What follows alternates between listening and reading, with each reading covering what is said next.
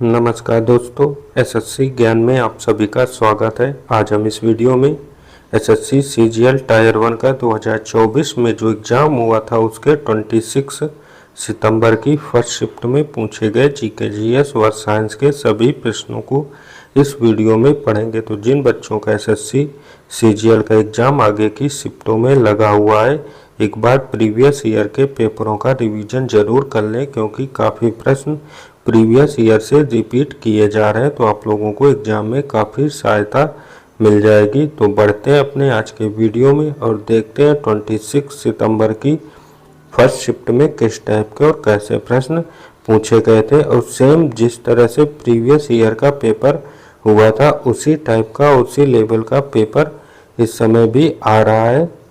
First shift में पहला प्रश्न पूछा गया है, कृषि क्षेत्र में सब्सिडी का आर्थिक औचित्य क्या होता है। तो इसका आंसर हो जाएगा यह उन्नत प्रौद्योगिकी का लाभ प्रदान करने और उत्पादन की लागत को कम करने के लिए एक प्रोत्साहन होता है। तो ऑप्शन फर्स्ट इसका राइट आंसर होगा।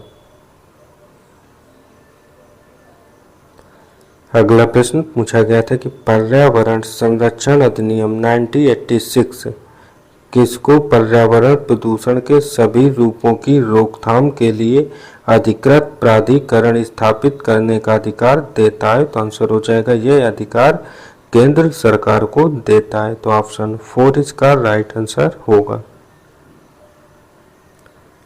अगला प्रश्न है जो संविधान के अनुच्छेद से पूछा गया है और हर शिफ्ट में कुछ टॉपिक है जिनसे प्रश्न जरूर पूछे जाते हैं।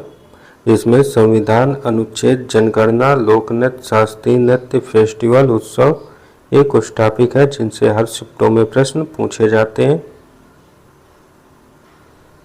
तो अगला प्रश्न था, निम्न में से भारतीय संविधान का कौन सा अनुच्छेद और भाग राज्य विधानमंडल से संबंधित है। तो आंसर हो जाएगा भाग 4 में अनुच्छेद 168 से लेकर 212 तक राज्य विधानमंडल का संबंध दिया गया है। तो ऑप्शन 4 इसका राइट आंसर हो जाएगा।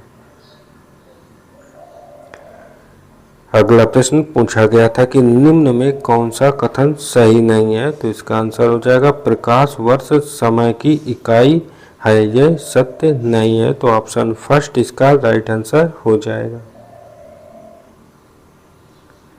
अगला प्रश्न पूछा गया था कि निम्न में से किस खेल में बाल्क लाइन का उपयोग किया जाता है। तो आंसर हो जाएगा बाल्क लाइन का उपयोग कबड्डी के खेल में करते हैं। तो ऑप्शन 4 इसका राइट आंसर होगा। अगला प्रश्न पूछा गया है साइंस का, माइक्रो फाइनेंसिंग शब्द का पहली बार उपयोग 1970 के दशक में बांग्लादेश के ग्रामीण बैंक के विकास के दौरान किया गया। इसकी स्थापना किसके द्वारा की गई थी। तो आंसर हो जाएगा इसकी स्थापना मोहम्मद यूनिस के द्वारा की गई। तो ऑप्शन 4 इसका राइट आंसर होगा। अगला प्रश्न है, निम्न में किसने स्तनधारी और पक्षी दोनों की विशेषता है। तो आंसर हो जाएगा नियत तापी प्राणी। तो ऑप्शन फर्स्ट इसका राइट आंसर हो जाएगा। अगला प्रश्न पूछा गया था कि भारतीय संविधान के भाग 4 में अनुच्छेद 36 से 51 तक निम्न में से किसका वर्णन किया गया है। तो आंसर हो जाएगा राज्य के नीति निर्देशक सिद्धांतों का वर्णन भाग 4 के अनुच्छेद 36 से 51 तक में किया गया है। तो ऑप्शन 4 इसका राइट आंसर हो जाएगा। अगला प्रश्न पूछा गया था कि पृथ्वी के ऊपरी भाग को क्या कहा जाता है। तो आंसर हो जाएगा पृथ्वी के ऊपरी भाग को स्थल मंडल कहते हैं। तो ऑप्शन फर्स्ट इसका राइट आंसर हो जाएगा।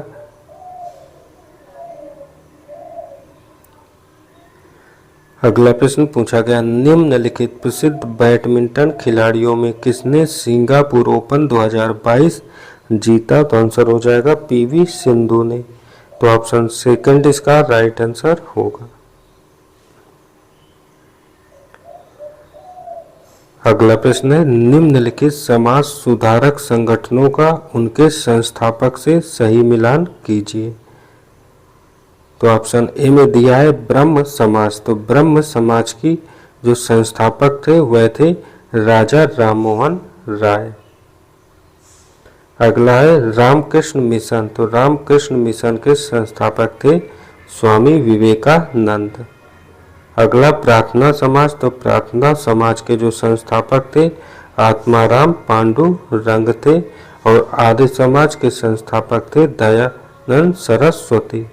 तो इसका राइट आंसर होगा ए का थर्ड, बी का फर्स्ट, सी का सेकंड और डी का फोर्थ सही मिलान हो जाएगा। तो ऑप्शन सेकंड इसका राइट आंसर हो जाएगा।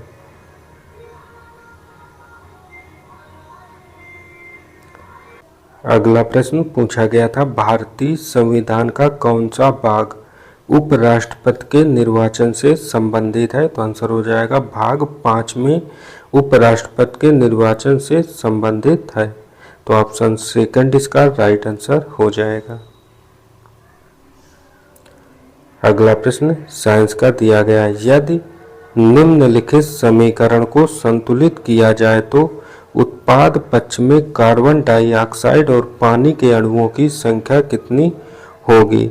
C2H5OH plus O2 equal to CO2 plus H2O समीकरण है। तो इसमें कार्बन डाइऑक्साइड और पानी के अणुओं की संख्या कितनी होगी पूछ रहा है। तो आंसर हो जाएगा कार्बन डाइऑक्साइड की संख्या 2 और पानी की संख्या 3 होगी। तो ऑप्शन सेकंड इसका राइट आंसर हो जाएगा। अगला प्रश्न था गंडक नदी किस नदी की सहायक नदी है। तो आंसर हो जाएगा ये गंगा नदी की सहायक नदी है। तो ऑप्शन सेकंड इसका राइट आंसर होगा। अगला प्रश्न है लोक रंजन त्योहार किस भारतीय राज्य की लोक और जनजाति संस्कृति के जश्न के रूप में मनाया जाता है। तो आंसर हो जाएगा ये मध्य प्रदेश राज्य का त्योहार है लोक रंजन। तो ऑप्शन 4 इसका राइट आंसर होगा। अगला प्रश्न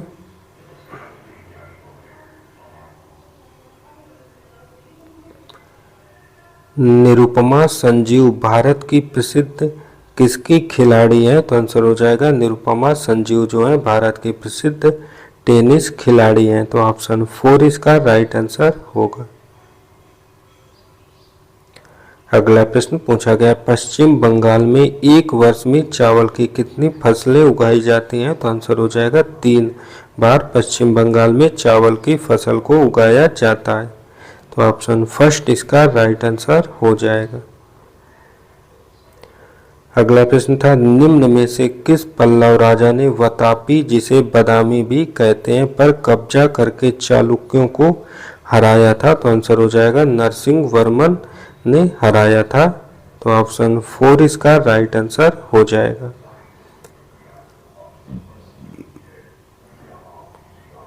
अगला प्रश्न है कुकी नृत्य भारत का एक लोक नृत्य है जो मुख्य रूप से किया जाता है। तो आंसर हो जाएगा कुकी नृत्य नागालैंड राज्य में किया जाता है। तो ऑप्शन फर्स्ट इसका राइट आंसर हो जाएगा। और हर शिफ्ट में लोक नृत्य शास्त्रीय नृत्य से 1 से 2 प्रश्न एसएससी द्वारा जरूर पूछे जाते हैं। कोई भी एग्जाम हो तो यह टॉपिक बहुत ही इम्पोर्टेंट है और पुस्तक से भी हर शिफ्ट में 1 प्रश्न जरूर पूछा जाता है।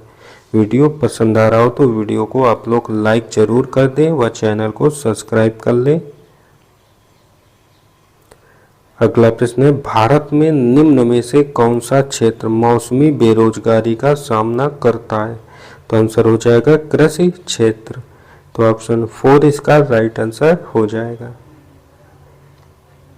अगला प्रश्न पूछा गया था 1987 में किस पार्श्व गायिका को नाइटिंगेल ऑफ एशिया पुरस्कार से सम्मानित किया गया था। तो आंसर हो जाएगा नाइटिंगेल ऑफ एशिया पुरस्कार से आशा भोसले को सम्मानित किया गया। तो ऑप्शन 4 इसका राइट आंसर होगा।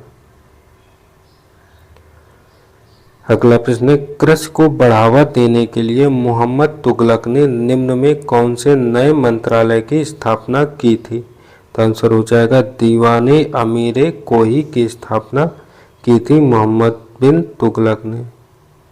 तो ऑप्शन 3 इसका राइट आंसर हो जाएगा। अगला प्रश्न पूछा गया था कि पद्म भूषण पुरस्कार से सम्मानित अरविंद पारिख निम्न में से कौन सा संगीत वाद्य यंत्र बजाते हैं? तो आंसर हो जाएगा सितार वादन से संबंधित है अरविंद पारिख। तो ऑप्शन फर्स्ट इसका राइट आंसर हो जाएगा। अगला प्रश्न है साइंस का कोशिका विभाजन के संदर्भ में तनुपट्ट जिसे लिप्टोटीन कहते हैं अवस्था में कौन सा गुणसूत्र संबंधी व्यवहार होता है? तो आंसर हो जाएगा गुणसूत्र का संघनित होना। तो ऑप्शन थर्ड इसका राइट आंसर हो जाएगा। और अगला प्रश्न था 1857 की क्रांति मई में भारत की किस छावनी से आरंभ हुई थी? तो आंसर हो जाएगा ये मेरठ छावनी से आरंभ हुई थी 10 मई 1857 से। तो ऑप्शन सेकंड इसका राइट आंसर हो जाएगा। तो ये थे आज की फर्स्ट शिफ्ट में पूछे गए जीके जीएस साइंस के सभी प्रश्न। अगर वीडियो पसंद आया हो तो ऐसे ही वीडियो देखने के लिए चैनल को सब्सक्राइब जरूर करें और वीडियो को लाइक। मिलते हैं अपने अगले वीडियो में, तब तक के लिए नमस्कार, जय हिंद।